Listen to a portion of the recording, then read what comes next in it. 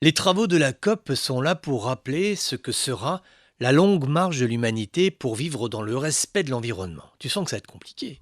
Parce que les décideurs, les politiques, les associatifs, les scientifiques, allez, c'est fait, tout le monde a compris le but, les enjeux. Même l'argent finira par venir à force de réunions, de pression. Les sommes promises seront données. Peut-être pas toutes, mais beaucoup. Moi, ce qui m'inquiète, c'est nous, les gens, la vie de tous les jours.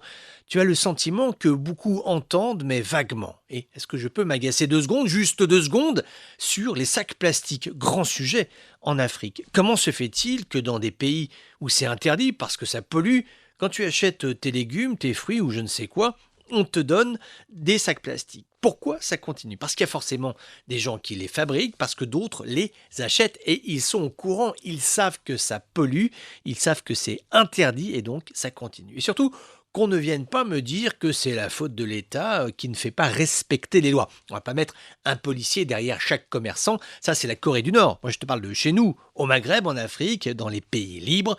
La responsabilité environnementale repose sur nos épaules, nous les citoyens. Et tu sais que tu as des boulangeries dans nos régions où le sachet de papier de la baguette coûte 25% du prix. C'est-à-dire que si tu achètes par exemple ton pain 1 dirham 20, eh bien le sachet en papier t'est facturé 30 à 40 centimes. C'est hors de prix. Ça veut dire quoi à ce moment-là? Que pour consommer proprement, être respectueux de la planète, tu dois être riche.